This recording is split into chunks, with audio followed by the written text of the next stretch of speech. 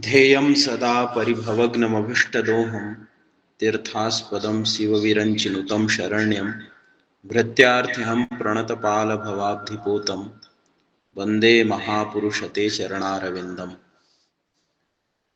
भवतां सर्वेषाम् अत्र अस्माकं छत्तीसगढ़ संस्कृत शिक्षा सेवा संस्थाने सुस्वागतम्, अभिनन्दनम्। भवन्तः सर्वे जानन्ति यत् अधुना प्रति एकादशी तिथिमधिकृत्य वयं सम्भूय स्वामी श्री श्रीनिवासाचार्य स्मृति व्याख्यानमालायाम् अत्र समवेताः भवामः। अत्र मासत्रयं जातमिति अधुना अहं मन्ये यत् स्वामीवर्याणां स्मृतौ विशेषरूपेण अत्र एकादश्याम् एव विशिष्टव्याख्यानं समायोज्यते। अस्मिन्नेव क्रमे अत्र अधुना अस्माकं पुरस्तात् विराजमानाः सन्ति परमवैयाकरणाः, श्रद्धेयाः, संस्कृतनिष्ठसेवकाः, आचार्याः, विदुषां वसंवदः आचार्याः, विद्यावारिधयः, प्रोफेसर विद्याकांत त्रिपाठी महाभागाः एते सन्ति अस्य कार्यक्रमस्य मुख्यवक्तारः। एतेषां चरणकमलेषु अहं स्वकीयं प्रणमाञ्जलिं नतिततिं च विनिवेद्य अत्र अस्मिन् कार्यक्रमे अस्यां सभायां च स्वागतम् अभिनन्दनम् आचरामि। अथ च अस्य सम्पूर्णकार्यक्रमस्य ये सूत्रधाराः सन्ति, संस्थानस्य अध्यक्षाः डॉक्टर आचार्य श्री नवीन शर्म महाभागाः, एतेषामपि अहं चरणकमलेषु स्वकीयं प्रणमाञ्जलिं विनिवेदयामि। ते अस्माकं मार्गदर्शकाः सन्ति। इतोपि अन्ये ये श्रोतारः सन्ति, अन्ये ये अत्र संस्कृतानुरागिणः सन्ति, मुंगेली मण्डलान्तर्गतस्य ये सन्ति संस्कृत सेवकाः डॉक्टर रामबाबू मिश्र महाभागाः, इतोपि अन्ये अन्ये संस्कृतानुरागिणः ये अत्र समवेताः संयुक्ताः, तेषां सर्वेषाम् अत्र अभिनन्दनं सुस्वागतम्। सर्वादौ विघ्नविघाताय मङ्गलाचरणं कर्तव्यमिति धिया अधुना मङ्गलाचरणमेव स्यात् इति कृत्वा मङ्गलम् आचरामि। त्यक्त्वा सुदुस्त्यजसुरेप्सितराजलक्ष्मीं धर्मिष्ठयार्यवचसा यदगादरण्यं मायामृगं दयितैप्सितमन्वधावत् वन्दे महापुरुषते चरणारविन्दम्। ओम। भवन्तः सर्वे जानन्ति स्वामी वर्याणां पुण्यस्मृतौ आहोस्वित् तेषां शाब्दिकानां वैयाकरणानां विशेष योगदानं वर्तते अस्माकं संस्कृत सेवकानां कृते, संस्कृतानुरागिणां कृते, अथ च छत्तीसगढ़ राज्य विशेषतः संस्कृत क्षेत्रे ये संयुक्ताः सन्ति तेषां कृते। अतएव वयं सम्भूय तेषां स्मृतौ व्याख्यानमालायाम् अत्र समवेताः। अतः अहम् अविलम्बेन साक्षात् त्रिपाठीवर्यान् पुनः प्रणम्य विनिवेदयामि अद्यतनीयस्य विषयस्य यः विषयः निर्धारितः वर्तते सः विषयः अस्ति व्याकरणशास्त्रीयपरम्परा। अमुं विषयम् अधिकृत्य आचार्याः वक्ष्यन्ति, श्रावयिष्यन्ति। वयं कृतकृत्याः भविष्यामः यत् एतादृशं नूतनं विशिष्टं व्याख्यानं श्रुत्वा। अतएव अहं साक्षात् प्रार्थयामि आचार्यान् अधुना अस्मान् समुद्बोधयन्तु इति आचार्याः त्रिपाठीवर्याः। ओम ओम सर्वेभ्यः स्वस्ति। श्रीवानशैलयतिशेखरलब्धबोधं श्रीबालदेशिकपदाम्बुजचञ्चरीकं साण्डिल्यवंशकलशाम्बुधिपूर्णचन्द्रं श्रीमन्नृसिंहगुरुवर्यमहं नमामि। सांडिल्यवंश कलशाम्बुधिपूर्णचन्द्रं श्रीरामदेशिकमहं प्रणमामि नित्यम्। मङ्गलं यतिराजाय श्रीभाष्यमृतदायिने सौलभ्यपरिपूर्णाय महापूर्णाय मङ्गलम्। मङ्गलं भगवान् विष्णुः मङ्गलं गरुडध्वजः मङ्गलं पुण्डरीकाक्षः मङ्गलायतनो हरिः। वाञ्छासज्जनसङ्गतौ परगुणे प्रीतिर्गुरौ नम्रता विद्यायां व्यसनं स्वयोषितिरतिर्लोकापवादाद्भयम्।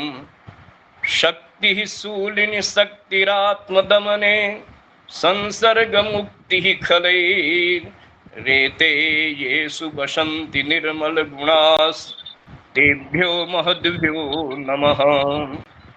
परगुण परमाणुं पर्वतीकृत्य नित्यं निज हृदि विकसन्तः सन्ति सन्तः कियन्तः। छत्तीसगढ़ संस्कृत शिक्षा सेवा संस्थानस्य समायोजकाः संचालकाः डॉक्टर मनीष शर्मा महानुभावाः अथ च छत्तीसगढ़ संस्कृत शिक्षा सेवा संस्थानस्य अध्यक्ष महानुभावाः अथ च सर्वे सन्तजनाः विद्वज्जनाः एतेषां सर्वेषां नित्यं संस्मरणम् एव अनुभवामि, सर्वेषां शुभकामनामपि प्रददामि च। अद्य व्याकरणशास्त्रीय परंपरा इति विषयम् अधिकृत्य अत्र मया चर्चा प्रस्तूयते। यतो हि श्री श्रीनिवासाचार्य स्वामिवर्याणां जीवन दर्शनस्य तेषां स्वरूप दर्शनेनैव जनानां पापास्तु अपहताः भवन्तेव इति तु अहमपि स्वीकरोमि। सर्वे जनाः ये विलासपुरस्थाः सन्ति ते सर्वे जानन्तेव, यतो हि स्वामिवर्याणां केन प्रकारेण जीवन दर्शनं तेषां कियत् साधुता आसीत् एतत् सर्वमेव अनुसृत्य प्रस्तुत विषयस्य प्रस्तुतीकरणम् अहं करोमि। सर्वप्रथमं तु छन्दः पादौ तु वेदस्य हस्तौ कल्पोऽथ पठ्यते ज्योतिषामयनं चक्षुर्निरुक्तं श्रोत्रमुच्यते। शिक्षा घ्राणं तु वेदस्य मुखं व्याकरणं स्मृतं तस्मात् साङ्गमधीत्यैव ब्रह्मलोके महीयते। इत्यादिना वेदांगानां वेदोपकारकाणाम् अध्ययनम् उक्तं, तथापि व्याकरणस्य प्राधान्यम् अत्रापि स्थिरीकृतमेव। व्याकृतिः व्युत्पत्तिस्तस्मात् साधनं व्याकरणं तु। व्युत्पत्तिश्च प्रकृतिप्रत्ययोः स्वरूपस्य तदर्थयोस्तत् सम्बन्धस्य ज्ञानरूपा। एतेन पाणिन्यादि व्याकरणाभावे वेदस्य न्यूनतांगत्वापत्तिः अपास्ता।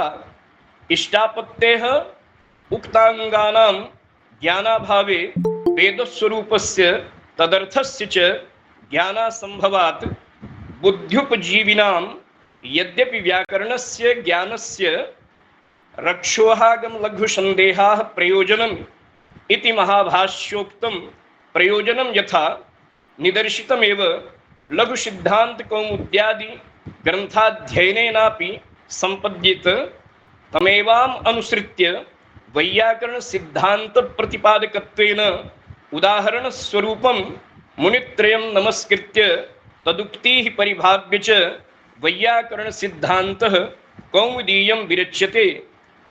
इत्यस्मिन् पदप्रयुक्तवाक्येषु शास्त्रीयचर्चा साम्प्रतं मया अत्र प्रस्तूयते। यहाँ पर हम सभी जितने भी विद्वज्जन इस कार्यक्रम में सम्मिलित हैं, आप सभी के प्रति पुनश्च हार्दिक अभिनंदन प्रणाम निवेदित करता हूँ। आप सभी जनों के सुगमता के लिए पहले हम संस्कृत में उस बात को कहेंगे, उसके बाद फिर हिंदी में भी प्रयत्न करके प्रयास करेंगे कि सभी लोगों के लिए यह बात सुगम हो सके, क्योंकि यह विषय गंभीर है और शास्त्रार्थ परंपरा से अनुप्राणित विषय है। इसलिए मुनित्रयं नमस्कृत्य तदुक्ति परिभाव्य च वैयाकरण सिद्धांत कौमुदीयं विरच्यते। इसके पहले हमने आप सबके समक्ष जो बात कही है कि वेदांग की जब गणना की जाती है तो वेदांगों में वेद का अंग कहा गया, पैर कहा गया छंद को, और वेद के हाथ कहे गए कल्पादि शास्त्र, उसके बाद नेत्र कहा गया ज्योतिष शास्त्र, और निरुक्त को श्रोत्र कहा गया, और शिक्षा को नासिका कहा गया, और वेद के मुख को व्याकरण ही कहा गया है। अर्थात वेद का यदि वाचन करना है तो तस्मात् सांगम अधीत्यैव, इस प्रकार से वेद का वाचन किया जाए, शास्त्रों का वाचन किया जाए, पुराणों का वाचन किया जाए। संस्कृत में समुपनिबद्ध जितने भी भारतीय दर्शन के महान ग्रंथ हैं वे सभी व्याकरण की दृष्टि से व्याकरण के द्वारा ही अनुप्राणित हैं, क्योंकि जब तक शब्द शास्त्र का प्रतिपादन नहीं होगा तब तक मनुष्य को शुद्ध और अशुद्ध भाषा के प्रयोग का बोध ही नहीं होगा। इसलिए यहाँ पर लघु सिद्धांत और सिद्धांत कौमुदी में यह एक महावाक्य है कि मुनित्रयं नमस्कृत्य, तीन मुनियों को नमस्कार करके। वे तीन मुनि कौन कौन से हैं? तो भगवान महर्षि पाणिनि, भगवान वार्तिककार वररुचि और भगवान महर्षि पतंजलि, ये इन तीन मुनियों के संबंध में इस कारिका में इस बात का प्रतिपादन किया गया है। मुनित्रयं नमस्कृत्य तदुक्ति परिभाव्य च, और उन महामुनियों के उक्तियों पर विचार करके और प्राचीन जो वैयाकरण हुए उन वैयाकरणों के उक्तियों को कहीं कहीं पर उन पर आक्षेप और समाधान करते हुए उनके उक्तियों पर विशेष विचार नहीं किया गया, और इस प्रकार से वैयाकरणों के सिद्धांत का प्रतिपादन लघु सिद्धांत कौमुदी में जो किया गया है तत्कौमुदी इयं विरच्यते, ऐसी उस सिद्धांत कौमुदी का अब हम प्रणयन कर रहे हैं। इस विषय पर इसी शब्दों के बारे में आप सभी के सामने संस्कृत और हिंदी दोनों विधा में प्रयत्न हमारा होगा कि किस प्रकार से शास्त्रार्थ की परंपरा आरंभ होती है। समुचित ऋषित्रय महर्षि पाणिनि, सूत्रकार महर्षि वररुचि, कात्यायनि वार्तिककारः भगवान पतंजलि भाष्यकारश्च नमस्कार रूपम मंगलम आचरण शिष्य प्रशिष्य शिक्षायै व्याख्यात्र श्रोत्रिणाम अनुसंगतो मंगलाय च निबध्नाति।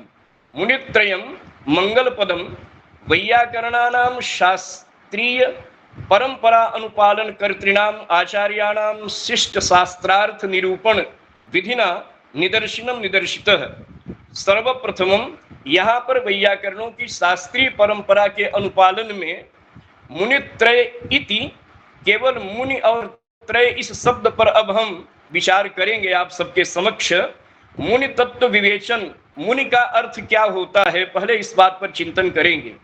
इसमें न्याय वैशेषिक में कहा गया है कि वेद शास्त्रार्थ तत्व अवगंतारः मुनयः, मुनि उन्हें कहा गया है जिन्हें वेदों का ज्ञान हो, शास्त्रों के अर्थ का बोध हो और तत्व अर्थात भगवत तत्व से अनुप्राणित उनका जीवन हो, ऐसे ज्ञान प्रवण उन ऋषियों को ही मुनि कहा गया है। श्रीमद् भगवत गीता के अनुसार, श्रीमद् भगवत गीता अनुसारेण मुनेः तत्व विवेचनम भवति दुःखेषु अनुद्विग्न मनाः सुखेषु विगत स्पृहाः वीतराग भय क्रोधः स्थिर धीर मुनिरुच्यते। यह श्रीमद् भगवत गीता के दूसरे अध्याय के 56वें श्लोक में इस बात का विवेचन किया गया है कि दुःखेषु अनुद्विग्न मनाः, ये मुनि प्रवण ऋषयः दुःखेषु दुःखत्रयाणां दैहिक दैविक भौतिक इन तीनों प्रकार के दुखों के आने पर भी जो किसी भी प्रकार से अनुद्विग्न न हो, अर्थात उनका चित्त हमेशा शांत हो और स्थिर चित्त हो करके वह संसार के लोक का कल्याण कार्य करते ही रहें। और सुख के प्राप्ति होने, सुखेषु विगत स्पृहा, यदि बहुत कुछ वैभव सुख सांसारिक मिल भी जाए तो उसके बाद भी उसके प्रति वह विगत स्पृहा रहे, उसके प्रति आसक्त भी न हो। इस प्रकार से वीतराग अभय क्रोध, वो सदैव निर्भय होकर के और क्रोधहीन होकर के स्थिर धी, जो ऐसे स्थिर चित्त वाले ब्रह्मवेत्ता तत्वदर्शी ऋषिगण हैं, निश्चित रूप से उन्हें ही मुनि शब्द से संबोधित किया गया है। इस प्रकार से स्थिर धी मुनि उच्यते ऋषि उच्यते, मुनि शब्द व्याख्यात अनंतरे मुनि पदस्तु पुंस्त्वं प्रतिभाति। संस्कृत शास्त्र में वैयाकरण सिद्धांतों में यह कहा गया कि मुनि शब्द तो पुंस्त्व है, पुरुषवाचक है, पुलिंग है, और त्रि शब्द, ये त्रय शब्द जो लिखा हुआ है यह नपुंसकत्व है, नपुंसकवाचक है। तो नपुंसकत्वं प्रतिभाति तर्हि कथम मुनित्रय अस्य संयोगस्य केन प्रकारेण संयोगो भवति, पुंस्त्व नपुंसकयोर मध्ये कथम संयोगः। यह प्रश्न उत्पन्न होता है कि मुनि और त्रि शब्द का यह नपुंसक लिंगत्व और पुरुषत्व का संयोग हुआ कैसे। यह तो असंगत बात है। अगर पुरुष है तो यस्य शब्दस्य यद वचनम यद लिंगम यद वचनम के अनुसार वही वचन विशेषण और प्रकृत प्रत्यय होना चाहिए। अब यहाँ पर इस शंका का समाधान यह किया जा रहा है कि वस्तुतः मुनि शब्द निश्चय ही पुलिंगवाचक है और त्रि शब्द निश्चय ही नपुंसक लिंगवाचक है। लेकिन यहाँ पर उत्तर दिया जाता है शास्त्रकारों के द्वारा, महर्षि नागेश भट्ट जी के द्वारा, भट्टो जी दीक्षित जी के द्वारा, कि अत्र अभेदान्वयत्वात् त्रिशब्दस्य मुनि शब्देन साकं अभेदान्वयो वर्तते। यह त्रि शब्द का मुनि शब्द के साथ में अभेदान्वय है, किसी भी प्रकार का भेद नहीं है, क्योंकि मुनित्रय ऐसा एक समुदाय है। ये अलग अलग मुनि शब्द और त्रि शब्द अलग अलग नहीं कहे गए हैं, इसलिए अभेदान्वयत्वात् एतत् सिद्धं भवति यतो हि मुनित्रय समुदायस्य स्वरूपस्य एकमेव एकत्रीभूय मुनित्रय इति अभेद्य पदे आगामी पदम अन्वीक्ष्य। अब दूसरा पद इसमें मुनित्रयम यह पद सिद्ध होता है। इसके बाद दूसरा पद आता है नमस्कृत्य। अब नमस्कृत्य पद में नमः का क्या अर्थ होगा, इस पर थोड़ा सा हम विवेचन करना चाहेंगे। नमः पदत्वात्, अब यह नमः स्वस्ति स्वाहा सुधा अलम बखड़ योगाच्च कारक प्रकरण में चतुर्थी विभक्ति का प्रतिपादक एक सूत्र है, शास्त्र है, जिसमें नमः, स्वस्ति, स्वाहा, स्वधा, अलम और बखट के योग में चतुर्थी विभक्ति का प्रयोग होता है। अब इस प्रकार से अनुवाद की परंपरा में और सामान्य परंपरा में यह बात प्रचलित है, लेकिन शास्त्रार्थ की परंपरा में यहाँ पर नमः पद को देख करके यहाँ पर मुनित्रयाय ऐसा पद होना चाहिए, मुनित्रयाय नमस्कृत्य ऐसा पद यदि बने तो उचित कहा जाएगा। लेकिन यहाँ पर पहले नमः की व्याख्या करते हैं कि नमस्कार या प्रणाम कहते किसको हैं। नमस्कार का अर्थ होता है नमस्करोति देवान, बहुत सारे प्रयोग आए हुए हैं। तो नमः का पद का अर्थ होता है स्वनिष्ठापकृष्टत्व प्रकारक बोधानुकूल व्यापारेण करह सिर संयोगादि व्यापारेण च स्वकीय नाम गोत्र उच्चारण पूर्वकम। जो मनुष्य स्वनिष्ठ, जिनके चरणों में अपनी निष्ठा है, चाहे वह गुरु जी हो, चाहे वह स्वामी जी हो, चाहे वह भगवान हो, चाहे भगवती हो, जो हमारे लिए प्रणम्य है, उनके चरणारविंद में प्रणाम करने के लिए यह शास्त्रीय विधि बतलाई गई कि इस प्रकार से करह सिर, हाथ जोड़ा जाए, सिर से जोड़ा जाए, झुका जाए, अपना नाम गोत्र का उच्चारण कहा जाए। प्राचीन परंपरा में और पीछे जाने पर तो पहले गुरुजनों का नाम पहले लिया जाता था कि मैं अमुक गुरु जी का अमुक विद्यार्थी हूँ। अब धीरे धीरे यह सब कुछ धीरे धीरे लुप्त हो रहा है, किंतु जो प्रखर आचार्य हैं, सदाचारी हैं, निश्चय ही वे लोग पालन करते हैं। अब आगे पद पर बढ़ते हैं नमस्कृत्य। तो नमः पद को देख करके चतुर्थी विभक्ति होनी चाहिए। आगे कृत्य प्रत्यय में भी निश्चित रूप से न लोकाव्य निष्ठा खलर्थ त्रिणाम एक सूत्र आता है, उस सूत्र में भी यहाँ कृत्य प्रत्यय खलर्थ प्रत्यय ऐसे ऐसे प्रत्ययों का जहाँ योग होता है तो वहां पर षष्ठी विभक्ति का भी प्रयोग होना चाहिए। तो एक आचार्य ने कहा कि मुनित्रयम में चतुर्थी होनी चाहिए, मुनित्रयाय नमस्कृत्य। कुछ आचार्यों ने कहा कि नहीं, मुनित्रयस्य नमस्कृत्य, ऐसा क्यों नहीं होना चाहिए। अब इस प्रकार से यहाँ पर जब अनेक प्रकार की शंकाएं उत्पन्न होती हैं तो विद्यार्थी जनों के मध्य में भी, चाहे शास्त्री आचार्य शोधक के छात्र हों, आचार्यगण हों, उनके सबके मध्य में इस बात की प्रस्तुति की जाती है कि होना क्या चाहिए वस्तुतः। अब उस पर शास्त्रों का जो समाधान है वह आप सबके समक्ष प्रस्तुत है।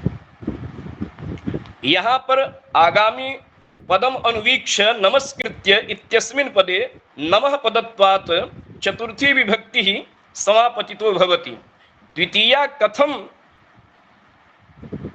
कथम नमः पदार्थम अभिलक्ष्य यत्र स्वनिष्ठापकृष्ट प्रकारक बोधानुकूल व्यापारेण एतत् सर्वं पूर्वं यथा कथितं मया, तर्हि उत्तरपदे उत्तरमस्य अस्ति उपपद विभक्तेः कारक विभक्तिर बलीयसी, अत्र बलवत्वात् द्वितीया एव नमस्कृत्य पदेति न लोकाव्य निष्ठा खलर्थ त्रिणाम इत्यादि षष्ठी वारणत्वात् अत्र उपपद विभक्तेः कारक विभक्तिर बलीयसी। उपपद विभक्ति यहाँ पर जो चतुर्थी विभक्ति को कहा गया है कि इन विभक्तियों में से कुछ विभक्तियां कारक हैं और कुछ विभक्तियां उपपद विभक्तियां कहलाती हैं, जिसके कारण यहाँ पर द्वितीया विभक्ति को कारक के बलवत्वात् बलीयसी मान करके द्वितीया विभक्ति का प्रतिपादन करते हुए नमः पद के संयुक्त होने के बाद भी यहाँ पर कारक की बलवत्ता के कारण द्वितीया विभक्ति की गई। मुनित्रयम नमस्कृत्य ऐसा पद प्रयुक्त उचित है, इसमें किसी भी प्रकार की कोई आशंका नहीं है। अब इस प्रकार से तत्शब्दस्य बुद्धिस्त परामर्शकत्वात् प्राचाम उक्ति ही, यहाँ पर अब परिभव और परिभाव्य शब्द का विवेचन हम लोग आगे सुन रहे हैं कि परिभाव तिरस्क्रिया, परिभव शब्द का परि उपसर्ग पूर्वक भू धातु से जब हम व्युत्पत्ति करते हैं तो व्युत्पत्ति लभ्य अर्थ यह होता है कि तत्शब्दस्य बुद्धिस्त परामर्शकत्वात् प्राचाम उक्ति तिरस्कृत्य इत्यर्थः, मुनित्रयोक्ति इत्य विचार्यत्यर्थः। अब इसमें किन किन मुनियों के उक्तियों पर विचार किया जाए और किन किन मुनियों के उक्तियों पर ध्यान न दिया जाए। ध्यान न देने की बात कही गई है क्योंकि यहाँ पर किसी भी मुनि का पहले भी प्राच्य जो आचार्यगण थे तो प्राच्य आचार्यों में भी गार्ग, गालव, चक्रवर्मण, स्फोटायन बहुत सारे आचार्य हुए हैं। उन आचार्यों के ही आधार पर नव्य आचार्यों की परंपरा का पल्लवन हुआ है, इसलिए उन आचार्यों को भी किसी भी प्रकार से है नहीं माना जाना चाहिए। अब यहाँ पर नवीन मत के अनुसार नागेश भट्ट जी यहाँ पर कहते हैं, नागेश भट्ट मतानुसारेण भट्टो जी दीक्षित मतानुसारेण च परिभावस् तिरस्क्रिया इति कोशात् तिरस्कारार्थः तत्र तिरस्कारार्थकस्य धातोर्विचारार्थकत्वेपि न बाधकं धातूनाम अनेकार्थत्वात् अतएव परो भुवो अवज्ञाने, यह पाणिनि अष्टाध्यायी के तीसरे अध्याय के तीसरे पाद के 55वें सूत्र के द्वारा इस प्रकार से यह विवेचन किया गया है कि हाँ, यह बात सत्य है कि परिभव अर्थ भी होता है, तिरस्कार अर्थ भी होता है, सम्मानार्थक भी हो सकता है, लेकिन एतेन स्वग्रंथस्य प्राचीन ग्रंथैः गतार्थता समूलत्वं च ध्वनितम। अब इन्होंने यहाँ पर इस बात को कहा कि पुराने आचार्यों के मत का भी सम्मान करते हुए उनका तिरस्कार भी न किया जाए और वर्तमान में जो हमारे महर्षि पाणिनि और महर्षि कात्यायन और महर्षि पतंजलि हैं, इन मुनियों के उक्तियों पर विचार करते हुए इनके उक्तियों का परिपालन करते हुए व्याकरण शास्त्र की परंपरा को परिशुद्ध किया जाए, जिसके कारण छात्रों में और जिज्ञासु जनों में किसी भी प्रकार का कोई संशय न रहे। अब यह शास्त्रार्थ की परंपरा है, इसलिए पहले गुरुजन हम सबको इसी प्रकार से पढ़ाते रहे। आज भी भारतवर्ष के बहुत सारे विश्वविद्यालयों में, राष्ट्रीय संस्कृत संस्थानों में और गुरुकुलों में आज भी महर्षि पाणिनि, पतंजलि और कात्यायन के इस परंपरा का पालन किया जा रहा है और इसीलिए बहुत सारी परीक्षाओं के आयोजन भी किए जाते हैं। अब यहाँ पर एक बात और आगे आती है, मुनित्रयम् नमस्कृत्य तदुक्ति परिभाव्य वैयाकरण सिद्धांत कौमुदी इयं विरच्यते। तो इयं कौमुदी विरच्यते, अब यहाँ पर पहली बात तो है इयं शब्द पर हम लोग चिंतन करें। इयं शब्द का प्रयोग अदश शब्दों में से जब जब प्रयोग किया जाता है स्त्रीलिंगत्व पुलिंगत्व में, तो उस समय निश्चय ही समीप के लिए इस बात का प्रयोजन किया जाता है कि जो हमारे सामने कोई वस्तु हो, उस वस्तु के लिए हम इयं बाला प्रत्यक्षे सति गच्छति, यह बाला सामने प्रत्यक्षे सति गच्छति, सामने जा रही है, ऐसी बाला के लिए, ऐसे बालक के लिए हम लोग अयम शब्द का, इयं शब्द का प्रयोग करते हैं। लेकिन यहाँ पर यह वैयाकरण सिद्धांत कौमुदी नामक का ग्रंथ तो अभी रचित ही नहीं है और पहले से ही यहाँ पर मंगलाचरण किया जा रहा है कि कौमुदी इयं विरच्यते, यह कौमुदी हमारे द्वारा तैयार की जा रही है। तो यहाँ पर यह संदेह होता है कि इयं शब्द का प्रयोग कहीं अनुचित तो नहीं है।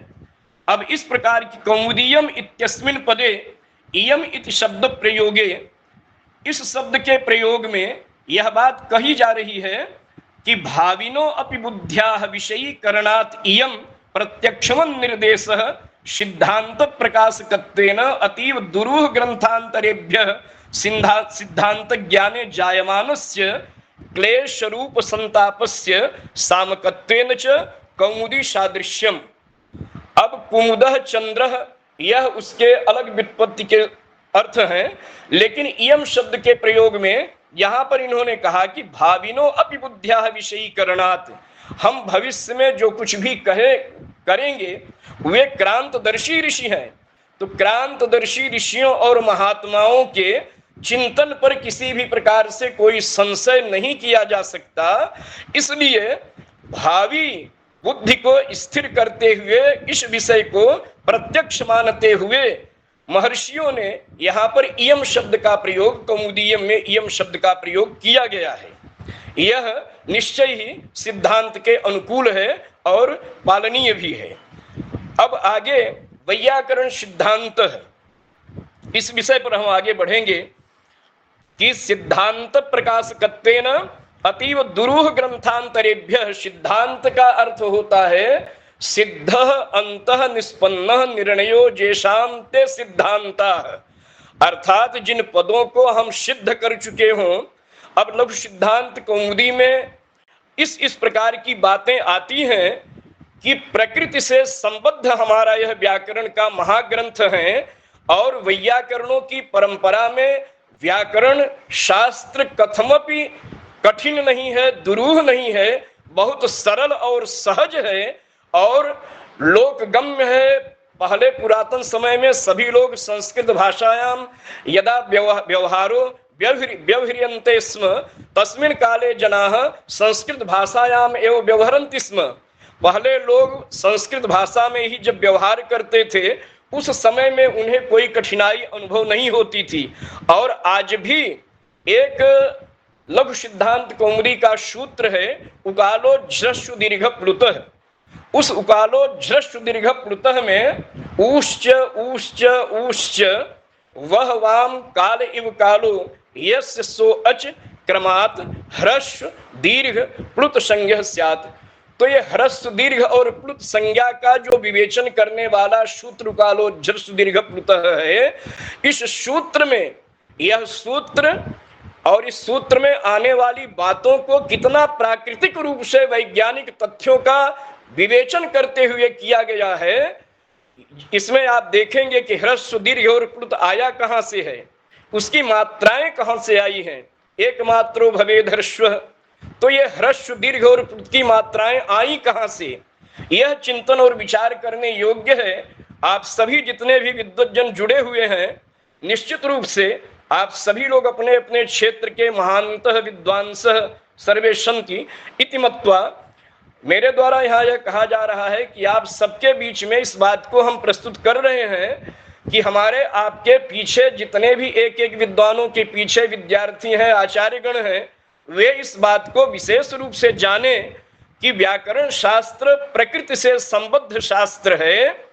चासस्तु बदते मात्रा, चास नाम का एक पक्षी है जिसको हम लोग गांव देहात में नीलकंठ कहते हैं, और दशहरा के पर्व में जिसकी बड़ी मान्यता है दर्शन की।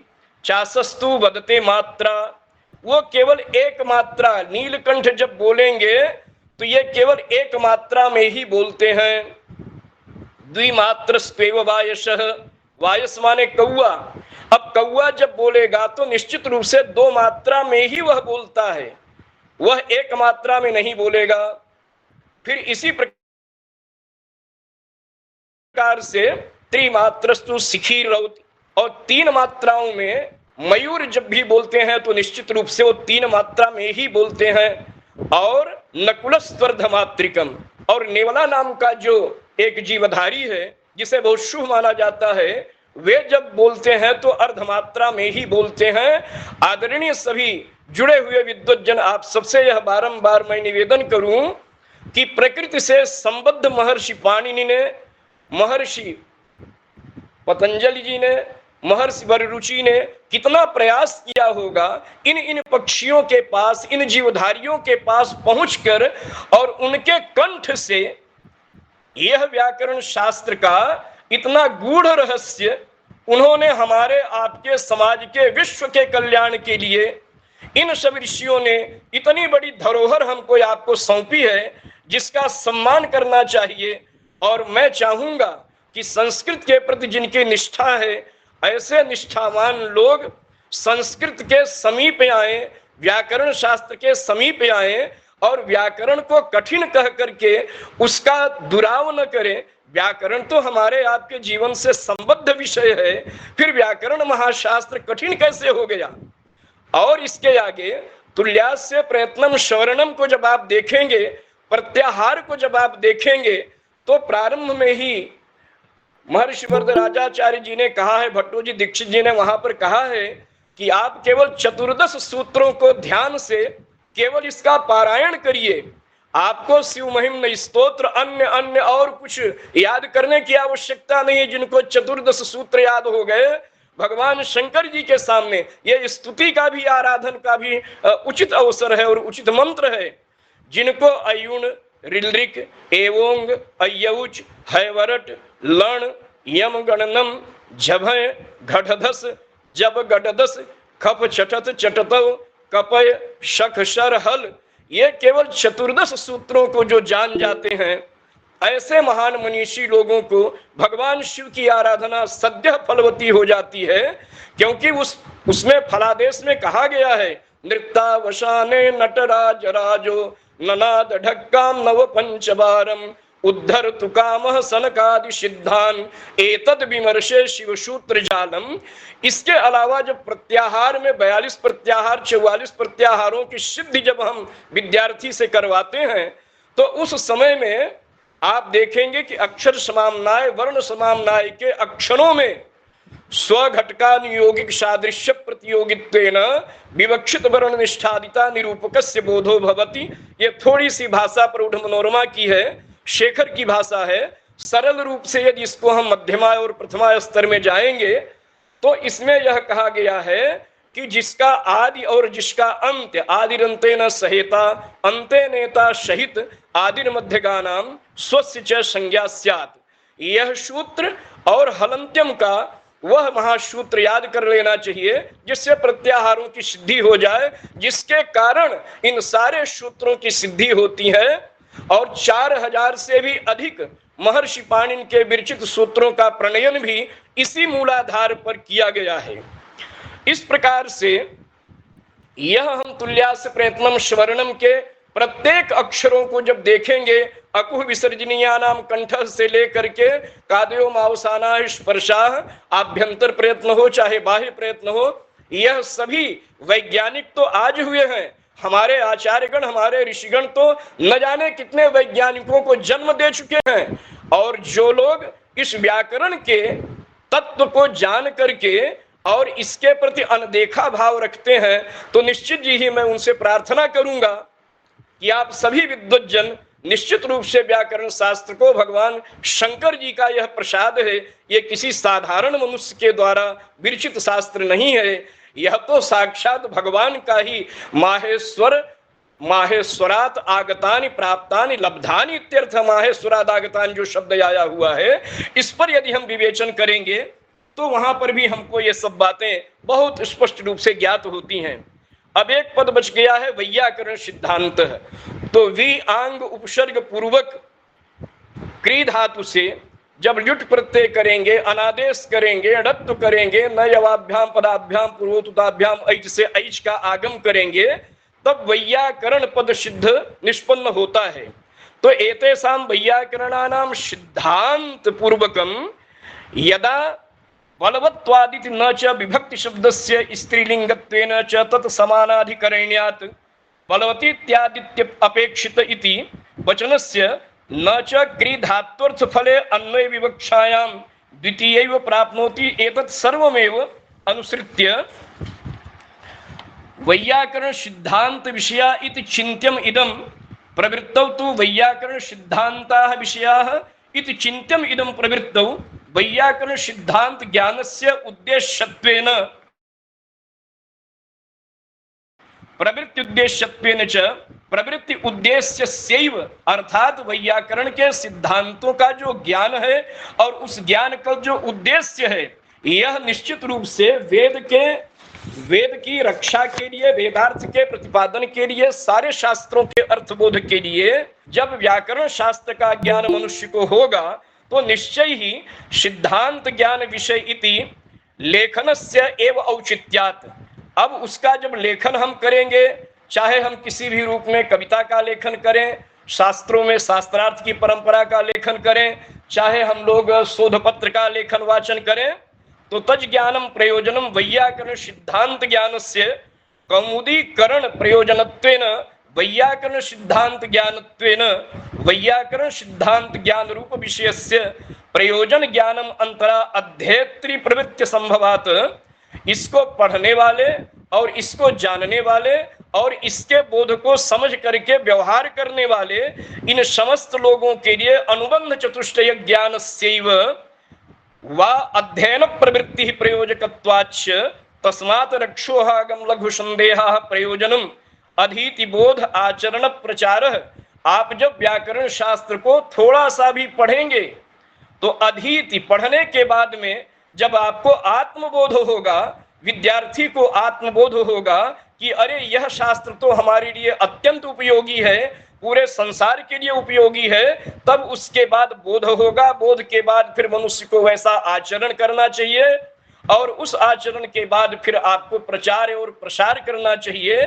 जो हमारे डॉक्टर मनीष जी शर्मा जी जो प्रचार प्रसार के कार्य में लगे हैं, प्रति एकादशी को हम लोग थोड़ा सा कभी जंगल में रहते हैं, कुछ व्यस्त रहते हैं, फिर भी छत्तीसगढ़ के ये हमारे विद्वज्जन के शिरोमणि हैं और ये उत्तराखंड में जाकर के वहाँ अपनी सेवा दे रहे हैं, वहाँ के विश्वविद्यालय महाविद्यालय में। और स्वामी निवासाचार्य जी महाराज जी के संस्थान में पढ़े हुए आप सभी जितने भी छात्रगण हैं, आज भारतवर्ष के बहुत बड़े बड़े उच्चस्थ पदों पर एक द्विवेदी जी हैं, डॉक्टर अखिलेश द्विवेदी जी, वे भी उज्जैन महर्षि पाणिनि विश्वविद्यालय में वो भी प्राध्यापक हैं। इस प्रकार से स्वामी जी श्री निवासाचार्य जी महाराज जी के स्वरूप और उनकी साधुता को देख करके अस्मदादि नाम हृदि तेषां सन्निवेशो अनेन प्रकारेण भवति यथा सांप्रतम अपि ते प्रत्यक्षम एव वयम अनुभवामः यतो हि ते तु सांप्रतम अपि विद्यमानः एव सन्ति। इस प्रकार से हम आचार्य जी के, स्वामी जी के उस परंपरा को जानते हैं, मानते हैं। और एकादशी तिथि का जो चयन किया गया है, तो निश्चय ही इस संस्थान के हमारे जो अध्यक्ष जी हैं स्वामी जी महाराज, वह भी उनका निरंतर प्रयत्न चलता रहता है। और छत्तीसगढ़ प्रांत में यद्यपि इस समय रायपुर में विश्वविद्यालय के संस्कृत विश्वविद्यालय के स्थापना की चर्चा चल रही है, कार्य भी प्रारंभ हो रहा है, हम चाहेंगे कि यह जो हृदय स्थल है संस्कृत महाविद्यालय छत्तीसगढ़ का, बिलासपुर का, पूरे छत्तीसगढ़ प्रांत में जब अविभाजित मध्य प्रदेश था, उस समय से लेकर के आज तक यह महाविद्यालय इस पूरे नगर का, पूरे छत्तीसगढ़ का प्रतिनिधित्व करने वाला एकमात्र प्राच्य संस्कृत का महाविद्यालय है। यहाँ के समुद्भूत आचार्यगण, यहाँ के समुद्भूत विद्यार्थीगण, यहाँ से पालित और पोषित सनातन धर्म के जो प्रखर नियंता हैं, ऐसे उन आचार्यों का जहाँ से सब कुछ हो रहा है। हम चाहेंगे आप सभी लोग निश्चय ही इस संस्थान और बिलासपुर में संस्कृत के विश्वविद्यालय की भी परिकल्पना साकार की जाए, और प्रयास रहेगा कि हमारे जो छत्तीसगढ़ संस्कृत सेवा संस्थान के आचार्यगण हैं, विद्वज्जन हैं, वह श्री स्वामी श्री 101,008 स्वामी श्री निवासाचार्य जी महाराज जी के नाम पर इस विश्वविद्यालय का संगठन हो और विश्वविद्यालय की स्थापना की मांग होनी चाहिए। समय और परिस्थितियां अनुकूल हैं। भारत सरकार और छत्तीसगढ़ शासन के द्वारा परिकल्पना की जा रही है कि प्रत्येक जिला में एक एक संस्कृत का, हम चाहेंगे कि गीता का जो स्वरूप है, उसका जो रहस्य है, तो गीता गंगोदकम पीत्वा पुनर्जन्म न विद्यते, यह जो बात कही गई है निश्चय ही यह अक्षरशः सत्य है। और प्रथम अध्याय जो है, जिसका नाम अर्जुन विषाद योगो नाम प्रथमोध्याय गीतासु उपनिषत्सु ब्रह्म विद्यायाम, ये सामान्य विद्या नहीं है, ये सामान्य श्लोक और गीता नहीं है। इसलिए सभी प्राणियों को निश्चय ही गीता का 1, 2, 4, 10 श्लोकों का पारायण अवश्य करना चाहिए। द्वितीयोध्याय सांख्य योगो नाम द्वितीयोध्याय, दूसरा अध्याय जो है सांख्य योग का है। तृतीयोध्यायस्तु कर्म योगो नाम तृतीयोध्याय, कर्म योग का विवेचन करने वाला तृतीय अध्याय है। ज्ञान कर्म संन्यास योगो नाम चतुर्थोध्याय, कर्म संन्यास योगो नाम पंचमोध्याय, आत्म संयम नाम षष्ठोध्याय, ज्ञान विज्ञान योगो नाम सप्तमोध्याय, अक्षर ब्रह्म योगो नाम अष्टमोध्याय, राज विद्या राजगुह योगो नाम नवमो अध्याय, विभूति योगो नाम 10मोध्याय, विश्वरूप दर्शन योगो नाम 11दशोध्याय, भक्ति योगो नाम 12दशोध्याय, क्षेत्र क्षेत्रज्ञ विभाग योग नामक 13दशोध्याय, गुणत्रय विभाग योगो नाम चतुर्दशोध्याय, पुरुषोत्तम योगो नाम 15दशोध्याय, दैवासुर संपद विभाग योगो नाम 16दशोध्याय, श्रद्धात्रय विभाग योगो नाम 17दशोध्याय, मोक्ष संन्यास योगो नाम 18दशोध्याय। अब इस प्रकार से यह सब कुछ पालन करते हुए लभन्ते ब्रह्म निर्वाणम मृषय क्षीण कल्मषाः छिन्न द्वैधायतात्मानः सर्वभूत हिते रताः, इस भावना से यत्र योगेश्वरः कृष्णो यत्र पार्थो धनुर्धरः तत्र श्रीर्विजयो भूतिर् ध्रुवा नीतिर्मतिर्मम।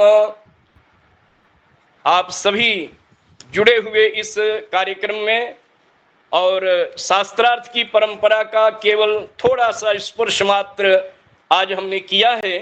यह बहुत ही गूढ़ विषय है, गूढ़ के साथ साथ बहुत सहज विषय है। यदि पठन और पाठन करने की परंपरा परिशुद्ध होगी तो निश्चय ही कितना भी गूढ़ रहस्य हो सहज बोध होता जाएगा, और समाज के लोग कहेंगे अरे यह तो पशु और पक्षी, ये तो सब प्रकृति के ही देवता हैं, हमारे लिए तो व्याकरण शास्त्र बहुत उपयोगी है। इसलिए आप सभी लोगों को, जुड़े हुए जितने लोग हैं, सभी यथा योग्य संत महात्माओं के चरणों में हम बारंबार दंडवत प्रणाम अर्पित करते हैं। और इस कार्यक्रम के संचालक महोदय डॉक्टर मनीष शर्मा जी को बहुत बहुत आशीष देते हैं कि इनकी प्रतिभा और इनका उत्कर्ष निरंतर बढ़ता रहे। स्वामी जी को, अन्य जितने भी वयोवृद्ध विद्वज्जन हैं, सभी के चरणों में बारंबार हम प्रणाम करते हैं। अभी एक कलेक्टर महोदय भी जुड़े हुए थे रायगढ़ से, और रीवा से डॉक्टर गंगानंदन चिकित्सा अधिकारी सेवानिवृत्त, वो भी जुड़े हुए थे, और बलांगीर से स्वामी जी भी जुड़ेंगे, शायद याद न जुड़ पाए हो। तो पूरे भारतवर्ष के बहुत से विद्वान आपके इस कार्यक्रम में, भोपाल से भी डॉक्टर पांडे जी भी जुड़ गए थे। तो बहुत सारे विद्वज्जन राष्ट्रीय संस्कृत संस्थान से भी आप सभी लोगों के प्रति बारंबार बहुत बहुत बहुत बहुत धन्यवाद ज्ञापन करते हुए स्वकीय वाणी भगवत चरणारविंदेषु भूत भावन चरणारविंदेषु समर्पयामि। पुनश्च धर्मस्य विजयो भूयात् अधर्मस्य पराभवः सद्भावना प्राणिभिस्तां भूयाद विश्वस्य मंगलम। ओम स्वस्ति ओम स्वस्ति ओम स्वस्ति। धन्यवादाः आचार्याः। वस्तुतः व्याकरणशास्त्रीयपरम्परामधिकृत्य भवद्भिर्यद्व्याख्यानं वर्तते, यद्व्याख्यानं जातं च तद्व्याख्यानं श्रुत्वा वयं कृतकृत्याः वयं मोदामहे। अहं साक्षात् मोदे, अहम् अतीव प्रसन्नोऽस्मि, यतोहि भवद्भिः व्याकरणशास्त्रीय या परंपरा वर्तते मुनित्रयमिति प्रसंगमधिकृत्य मुनित्रयं नमस्कृत्य तदुक्तिः परिभाव्य च वैयाकरण सिद्धांत कौमुदीयं विरच्यते इत्यत्र मुनित्रयमिति समस्त पदमधिकृत्य भवद्भिः सम्यक्तया व्याख्यातम्। अतएव छत्तीसगढ़ संस्कृत शिक्षा सेवा संस्थान पक्षतः मम पक्षतश्च अन्येषां सर्वेषां पक्षतः अध्यक्षवर्याः अत्र न सन्ति अहं मन्ये, तेषां पक्षतश्च अहं सकार्तज्ञं बिभर्मि यत् स्वकीयं कालम् अस्मभ्यं प्रदत्तवन्तः आचार्याः। वस्तुतः शब्दशास्त्रम् अस्माकम् अवैयाकरणाः अपि प्रतिदिनं शब्दस्य पारायणं कुर्वन्ति, तथापि ते न जानन्ति यत् शब्दानुशासनेन शब्दकर्मकं यद्व्याकरणं वर्तते तत्र व्याकरणम् अनायासेन आयाति। अर्थात् इयं सा मोक्षमाणानाम् अजिह्वा राजपद्धति इति भर्तृहरेः कथनं वर्तते। अथ च नास्ति व्याकरणादृते इति वाक्यं श्रुत्वा एवं विज्ञापयामः, अनादिनिधनं ब्रह्म शब्दतत्त्वं यदक्षरं विवर्तते अर्थभावेन प्रक्रिया जगतो यतः। तर्हि प्रक्रिया जगतो यतः विवर्तते चेत् सर्वं तु शब्दतत्त्वमेव वर्तते। यदि वयं शब्दाः न श्रोष्यामः चेत् इदं व्याख्यानमपि श्रोतुकामाः न भवितुम् अर्हामः। अगर मैं कहूँ जिनको ये लगे कि व्याकरण शास्त्र बहुत कठिन है या व्याकरण बहुत नहीं पढ़ना चाहिए या व्याकरण केवल विद्वानों की भाषा, ये सब अनावश्यक बातें हैं। अगर व्याकरण न रहे तो आज जो हम व्याख्यान सुन रहे हैं वो व्याख्यान भी सुन नहीं पाएंगे। आज जो प्रपंच पूरा व्यवहार चल रहा है ये शब्द से चल रहा है। अगर शब्द को हम सुनते हैं फिर उसको लिखित में प्रस्तुत करते हैं, इसी से पूरा व्यवहार चल रहा है। अगर शब्द का प्रपंच रुक जाए तो मुझे ऐसा लगता है संपूर्ण व्यवहार जगत ही प्रलय मात्र हो जाएगा। अतः व्याकरण सभी जीवन और सृष्टि का उपक्रम है, उपजीवक है। अतः हम न चाहते हुए भी इससे जुड़े हुए हैं। आज आप सब लोग सुन भी रहे हैं तो ये शब्द के द्वारा जो वाणी निकल रही इसी के द्वारा हम सुन रहे हैं। इसीलिए व्याकरण शास्त्र शब्द शास्त्र है और पूर्णतया वैज्ञानिक है, और ना ये कोई पंडितों की भाषा है ना कोई ये मूर्खों की भाषा है, अपितु सबके लिए बराबर है ये, और सार्वजनीन है, सार्वभौमिक है। इसमें किसी भी प्रकार का संदेह नहीं है। ये बिल्कुल आपने स्पष्ट किया आचार्य जी। मैं विशेष रूप से आपको कृतज्ञता ज्ञापित करता हूं और आशा करता हूं कि ऐसे ही नित्य नूतन विषयों को उद्घाटित करते रहें और हम सभी विषयों को सुनते रहें। यहाँ विराजमान सभी छात्रगण भी हैं और आचार्यगण भी हैं। किसी विशेष प्रश्न को लेकर के यदि कोई आकांक्षा हो ते अत्र प्रष्टुम शक्नुवन्ति। कोई भी विषय को लेकर के यदि जिज्ञासा है तो आप अभी स्वामी जी से, आचार्य जी से, त्रिपाठी जी से प्रश्न कर सकते हैं जी।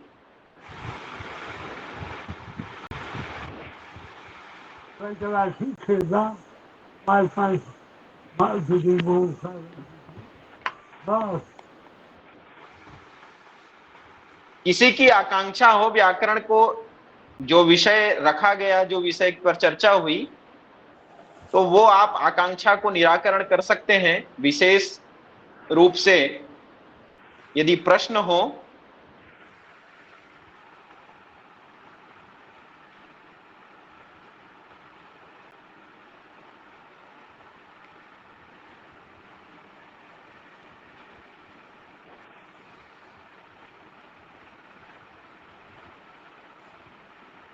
मुझे लगता है कि सब संतुष्ट हैं, सभी प्रश्न से भी बोध हो चुके हैं, लेकिन शास्त्र में हम ऐसा नहीं कह सकते।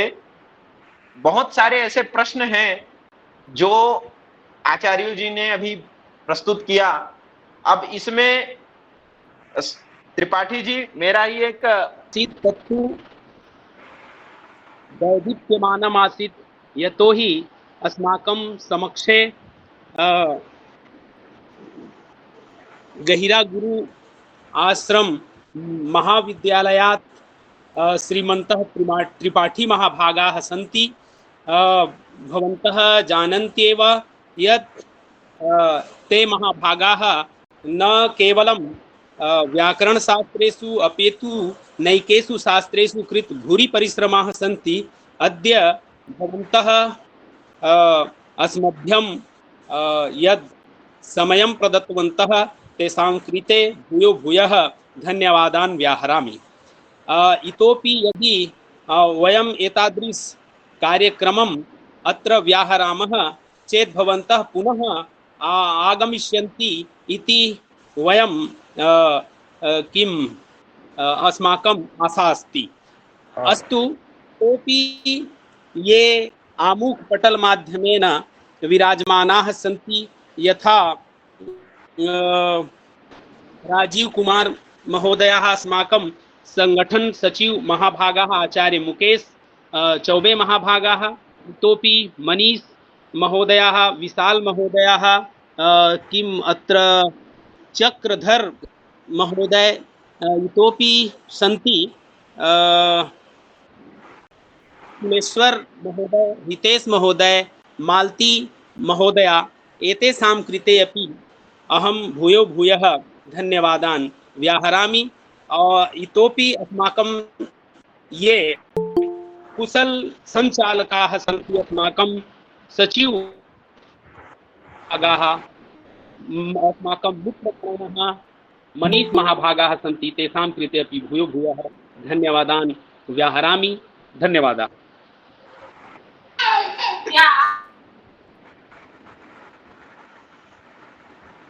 धन्यवादाः आचार्याः। धन्यवाद कृतवद्भ्यः आचार्येभ्यः अपि तिवारी महाभागेभ्यः अपि धन्यवादाः।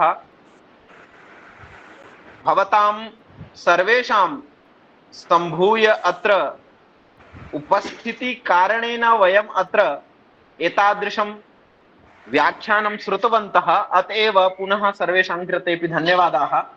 विशेषरूपेण मुख्यवक्तारः ये सन्ति तेषां कृतेपि धन्यवादाः, ये अस्माकं निवेदनम् अधिकृत्य अत्र समागतवन्तः आचार्याः। अधुना वयं सम्भूय शान्तिमन्त्रेण अस्य सम्पूर्ति सत्रं समापयामः।